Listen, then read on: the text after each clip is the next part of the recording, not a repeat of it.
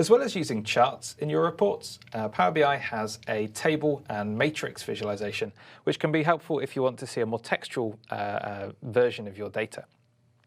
And these two icons in the visualization panes are the ones that you want to use for that. So if I insert a table here and start adding some fields, let's use our product categories and segments.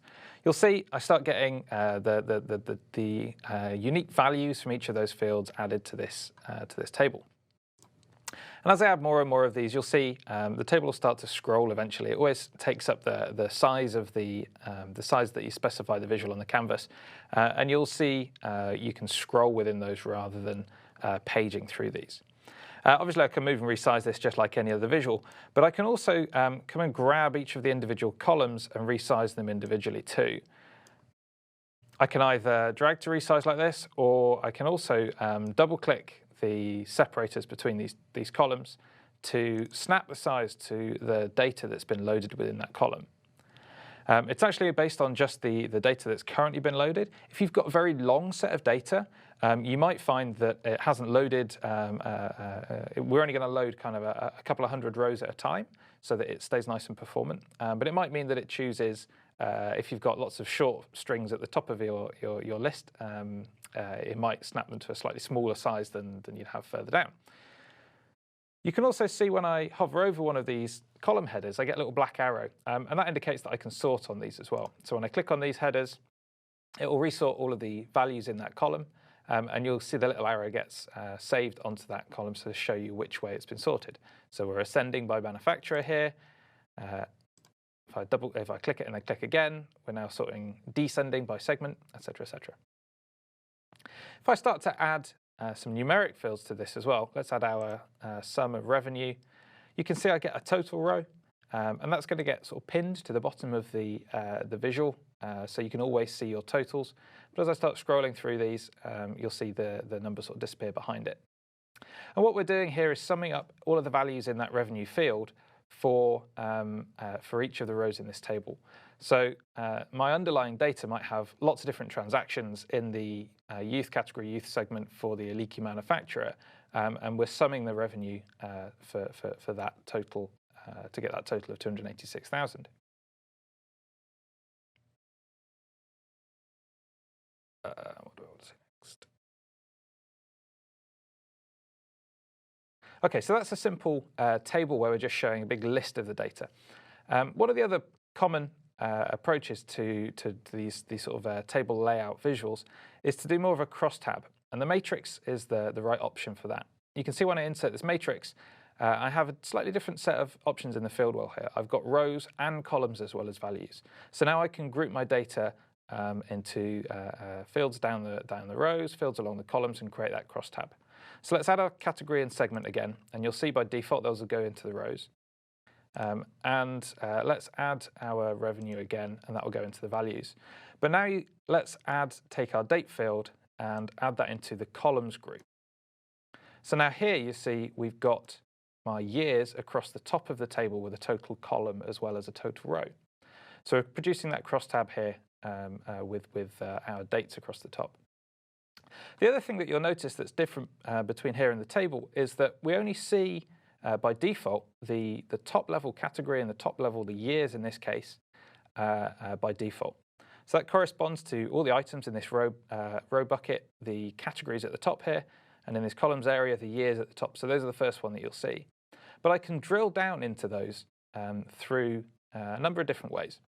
So I can use this bar at the top of the visual. I'm going to drill down on the rows, and I've got a few different icons. I can choose to expand everything.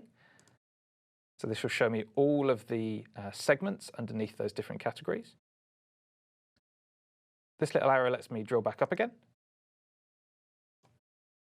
Or I can swap over to the columns, and now I'm drilling down through that date hierarchy. So if I expand everything down here, it will show me all of the quarters under 2016, 2017. And I can see I get total rows like subtotals for each of those different levels of grouping. And again, I can right-click to go back up again. Let's reset my rows as well. The other way I can do this is by right-clicking on any of these category labels. And now I can choose to expand to the next level, which does the same thing. So that shows everything beneath all of these categories, or I can also drill down into one of them specifically. So if I just want to focus on the rural category, I can hit drill down, and now you see I just get the rural category, but I get all the segments within that. And again, if I drill down into productivity, I see the different manufacturers who have sold productivity products which are in the rural category. And again, I can drill back up again, either through the icons at the top of the visual, or by right-clicking and choosing Drill Up.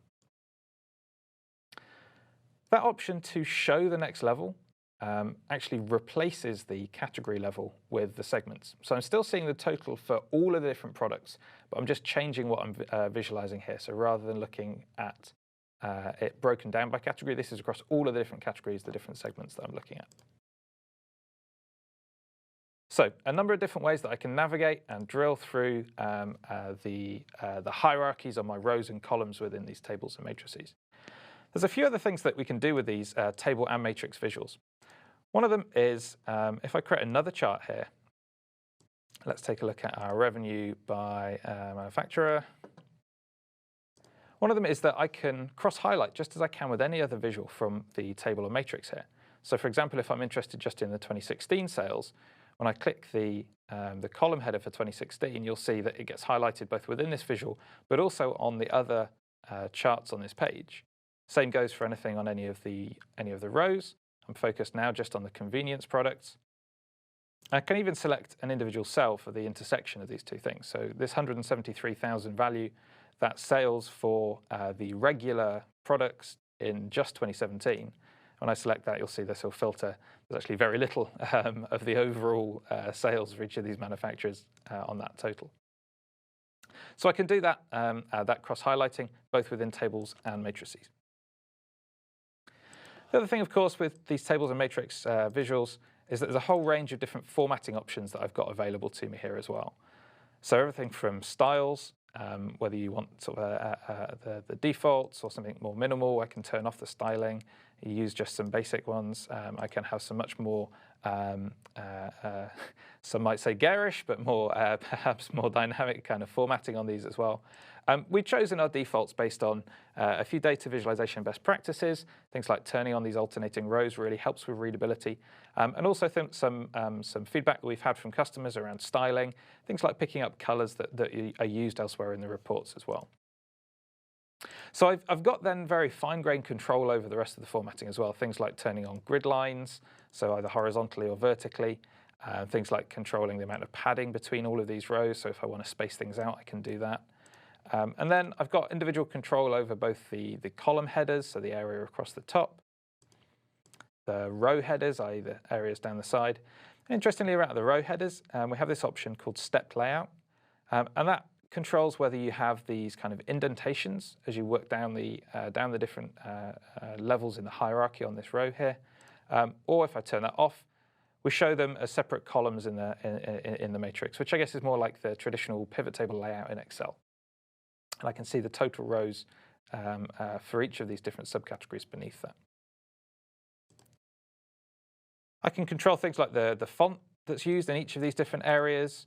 I've got separate controls over just the area that's showing the values, i.e. the actual numbers in here.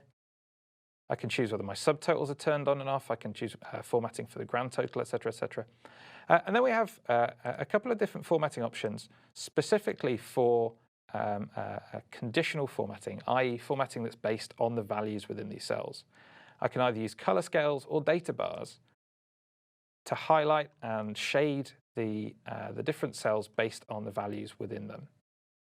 So I can turn on color scales, like I said, or data bars, which give me this more sort of graphical combination of things within each of these different areas. And this advanced controls dialog gives me even more control over the colors that are used, the number range that gets used, how you control the position of the axis if you've got things like negative numbers in here as well. There's a whole range of different controls that you have available to you for formatting these tables and matrices to get them looking just the way you want. So they're really, really powerful controls, very good when you want to actually see some textual representation of the data rather than just a visualization itself.